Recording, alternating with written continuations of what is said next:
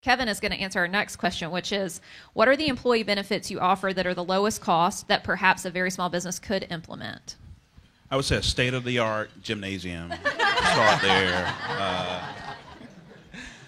But no, we also have found other opportunities and other ways to do things and to really attract our employees.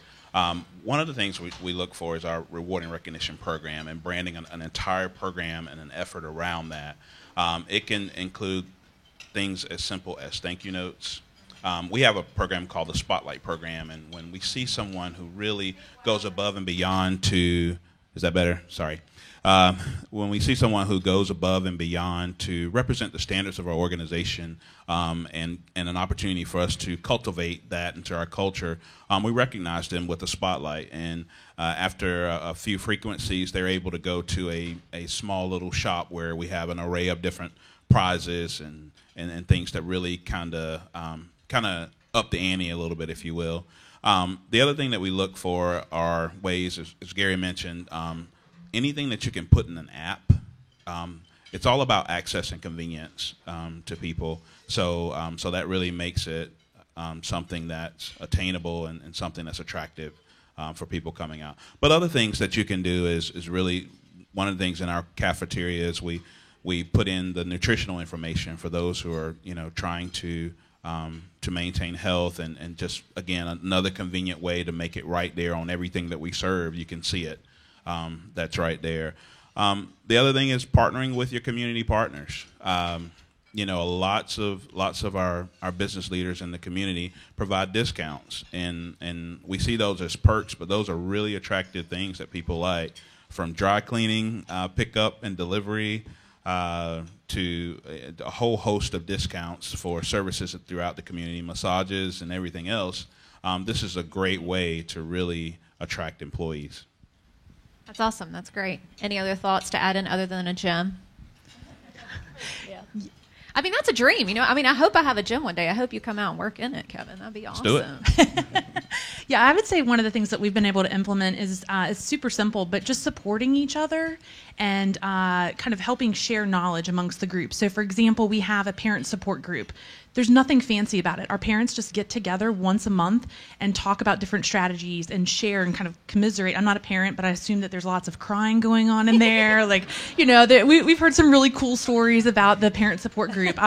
Lunch and Learns have been really fun addition for us. So we do pay for the lunch for our team members, but you don't have to. I think people will come, bring a bag lunch, and just learn from each other. We'll do anything from goal setting to budgeting to how to cut costs with your utilities around your house, like whatever it may be, something that you have an in-house expert on your team that wants to get up in front of the organization and share their knowledge, their passion, and it's good for that team member, it's great for the team, and then it builds in camaraderie. So I think those two things, along with, you may not have a gym, but you can do fitness challenges. Again, it builds camaraderie, it drives wellness. There are a lot of things like that I think can be implemented that are low cost and really low investment in terms of time and resources as well. And it just helps to build those relationships. People see that as a benefit, whether it's a tangible benefit in their bank account or, not to be cheesy, but a benefit in their heart, and they feel warm and fuzzy about where they live, or where they work. I love that. I can see that on a sheet, benefits in your heart. Yeah. But actually, I do think that's one of the things, Catherine, I've heard you talk about with N2 in the past, is that you guys, in your compensation packages, you list out not just the tangibles, but the intangibles. And I think that's a great takeaway for those of us who are smaller organizations. It's not just how much you're paying them for salary, et cetera. It can be that we have a flexible work schedule. It can be all kinds of different things that are available. And so think creatively when you're thinking about what is the true value of working at your organization. All right, so let's talk about. Oh, yeah, go ahead. Go for it. No. Whatever you offer as a benefit, what's more important is what the team perceives as a benefit. And so there are things that we offer.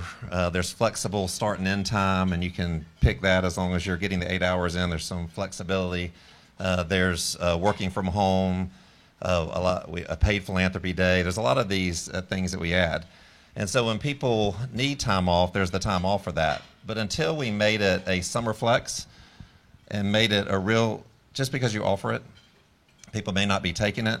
But if you turn it into something real, so once we made it summer flex, I was talking to the Wilmington team, and they cannot wait for Summer Flex to begin, when they always have Summer Flex. But by adding the name to it and then requiring people to take it, and that's simply where you get to leave early every other Friday. And but it's little things that can make a difference. There were several years ago at our holiday party where I added a spin the wheel, and the wheel gives you an extra day off. And it was just a thing that we added. Well, we never can take that away because people are looking forward to that spin the wheel, which is fine, but adding that, or we added a paid shopping day around the holidays. And there's little things that you can do regardless of the size of your company that can make all the difference. I agree with the recognition of birthdays and anniversaries and things like that. And there's little things you can do around that. I think as long as you're purposeful, as I said earlier, in what you do and making sure that things you do are specific to individuals in that organization and putting things together for them, it can make all the difference, including even seating arrangements. Like we used to have a set place that people sat. Now it's a choose your experience. You have a place you can go sit, but there's so many other places that you can choose as well. And we have one person in our Raleigh office that I don't think she's been with us 2 years. She's never sat at her desk. It's been always somewhere else. So those are some of the things that come to mind. Those are great. Were y'all writing those down? I mean, you're eating like your chicken. It's hard, and but that's great. Paid shopping day. I'm all about it. I know. That's awesome. The comments that I have are, I hate it, but they're a lot less fun than what they're saying. A lot of the small business owners that I work with, they think when I say fringe benefits that it means that they have to contribute something to the premium on behalf of the employee, and that's not true. So I just want to bring up the fact that if you are a small business or any size business, you can offer employee-only paid benefits to your folks, and it costs you nothing except for the administrative setup time in your payroll system, be it Intuit or ADP or whatever. So things like setting up a 529C college savings plan helps your folks be responsible financially to start saving for their kid or kids in 10, 20 years. Setting up group rates for short-term and long-term disability plans. Come on, we've all broken a bone, or our dependents have, or you need a knee replacement or whatever. These disability plans can really save people's mortgage. The other thing is a lot of us are dealing with aging parents that we're having to take care of, and so helping people get group rates on things like elder care plans are really, really great. And then my favorite plans are the flexible spending independent care plans, which allow employees to put away pre-tax dollars so they can save up to $7,000 a year in taxable income by you just setting up these plans with your broker. So I'm sure everybody in the room has a broker, somebody that's managing your insurance plans. Ask them about these employee-only paid benefits because it really doesn't cost you anything, but they're extra line items and perks you can add to your total comp plan. Those are great. Those are, they're fun-ish, mostly fun. You need them.